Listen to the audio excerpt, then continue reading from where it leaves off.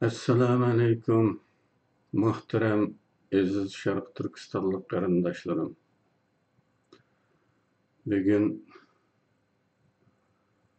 sizlar kutayotgan normal haftalik video emas. Sizlarga bir chaqiriqim bor. Bu bo'lsa-mu Sharq Turkiston sürgündü hükümet üçün milletvekili saylaş hakkında çakırık.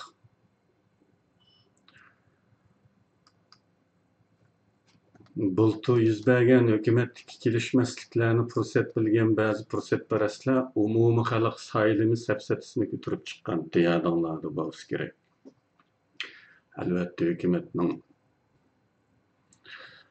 Haddi hareketlerine dikkat kılavatkan, köngül belavatkanlarının isi de oluş gerek. Biz şu çağlarda umumi halk saylimi ameli örnekleri ve neticeleri misalları arkalık. Bunda kılışının xatarlarını izahlagan ve hükümet içinde bir saylam çağrı usulları ve şartlar hakkındaki teklif oturup koyulgan. Bu teklif keyin kısmen toluqlaşlar arkalık resmi ilan kılındı. Hazır bu hükümetin resmi tor bitide etgi.org tor bitide mevcut. Körüp baksanlı buludu. Bu bolsun her qaysı devletlerde turuşluk Şarkı Türkistanlıklar özlerinin milletvekillerini özleri saylap beriş. Bu usulda barlık gelgen milletvekilleri hükümetini şekillendiriş. Hazır bu tekstinin toluq nuskusunu torbetten okup görsenler, hatta bununla tüztüş bersenler buludu. Hükümet kurulup hazırgıça 15 yıl vakit ötken buluşup qaramay, hükümet içinde hiç qanda kurulma islahatı, qaydı tüzüm, kanun prinsiplerini qaytı gözden geçiriş, tüzütüş, yaxşılaş, mükemmelleştiriş, yuçuklarını itiş qatarlık bir mi hizmet işlenmirgen. Köpçülükü ma'lum bir teşkilat, bir organның dastlabki qurilgan vaqtda hamma narsa mükemmel bo'lib ketmaydi. Buni hammaylar e'tirof qilamiz.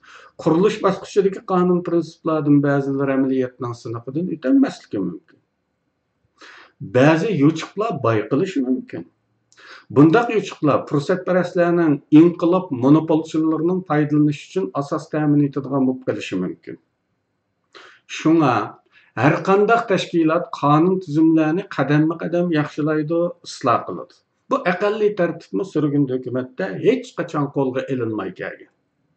Gerçi ba'zilar izchil turda 10 yillar vazifa beshida bo'lishib qaramay, hükümet ichidagi chuvalchaqlik haqida hech qanday tadbir olmasdan, o'zining tirikchilik harakatiga yoki xuddi shirkatdagi xizmatga o'xshash tirikchilik harakatining bir qismiga aylangan bir at, bir qamchi tusidagi atalmış dava bilan ko'z bo'yab kelgan. Hükümet barlıq Şarkı Türkistanlıklarının hükümeti. Sürgün hükümetki igi çıkış bugün milli burç tüsünü aldı. Şunu barlıq Şarkı Türkistanlıklarının öz hükümetiki igi çıkışını mengülük padişahlıkka aylandırıveliş urunuşlarına tar bir guruhning qo'lidagi o'yinchiqqa yoki hech qanday funksiyasi ishlamaydigan o'lik bir organga aylanib qolishiga yo'l qo'ymasliklar kerak. Bugun kichkilangan milletvekili bo'lish shakli hükümetteki mevcut a'zolar xizmat ishlash, qoyil qilish, rag'bat berish, andın shaxsning iltimos berishi bo'yicha bo'lib keldi. Bu usul ba'zilar uchun tarafdor to'plashga yo'l ochib bersa, hatto tarafdorlik tufayli ba'zilarning siyosiy kimligini tekshirish o'tkilimi bo'lmadi. Ba'zilarning shaxsiy fazilatlari haqidagi nuqsonlar selbi sifatlar, ammaviy torbetlarda talash tartish qilinib, selbi axloq sifatlarini o'tirg'i chiqadi xalq. Ama şu haldımı ular birler tarafidan izchil qo'g'daldi. Buningdan shuni ko'ralamizki, Sharqiy Turkiston surgun hukumati ba'zilar uchun shaxsiy shirkat tusiga kirgan bo'lsa, ba'zilar uchun nom atoq ta'min etadigan organ bo'lib qoldi. Növbetde Sharqiy Turkiston xalqidan talab qilinayotgan millat vakili saylimi bugun kuch ko'rilgan barliq illatlarni imkoniyatning barcha o'tirdan qoldirish, hukumatni ismi jismiga loyiq hukumat qilib qurib chiqish, davlatlar uchun ma'lum son cheklamasi qo'yish orqali ma'lum bir davlatning changiliga tushib qolishdan saqlanish, hukumatga yillar avval bir qatam tizimlanib qolish bilan ismi bor o'zi ko'rinmaydigan kommunistlarcha temir tovoq sistemini buzib tashlab, millat vakillarini jonliq harakatchan holga keltirish, hukumat faoliyatlarida izchil ko'rinmaydigan, uda yig'inlarga qatnashmaydigan, aşı bir qatimliq ismi tizimlanib qolishdan boshqa hech qanday o'tirdi ko'rinmagan millat vakillari avtomatik holda millat vakilligidan qoldiriladigan, ham kirgili bo'ladigan, ham chiqariladigan jonliq bir sistema qurib chiqishni o'z ichiga oladi.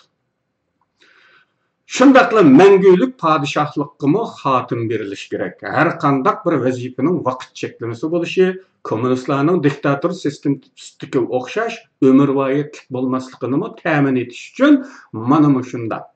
Har davlat o'z millat vakilini o'zlari saylab chiqish oqilona chora hisoblanadi. Chunki har davlatda yashaydigan Sharqiy Turkistonliklar bir-birini biladi. Kimning kim ekanligi haqida ma'lum uchurga ega.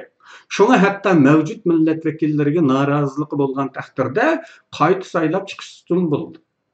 Talash tortishlar orqali nomzodlarning siyosiy kimligi haqida aniqlash, baholash elib berilib, demokratik usulda eng sarxili tanlansa, hukumat cho'qim jonliq, harakatchan bir qurilmaga aylanadi deb ishonamiz. Men bu yerda har qaysi davlatlarda yashayotgan Sharqiy Turkistonlik qarindoshlarimni shu anda Amerikada hozirlikka ketayotgan millat vakili saylimiga o'xshash qizg'inlik va mas'uliyatchanlik bilan darhol harakatga kelib, o'z hukumatinglarni mukammal shaklda yangi qon bilan ta'minlab, hukumatning mukammallashishiga hassa qo'shishga chaqiraman. Hammanglarga rahmat.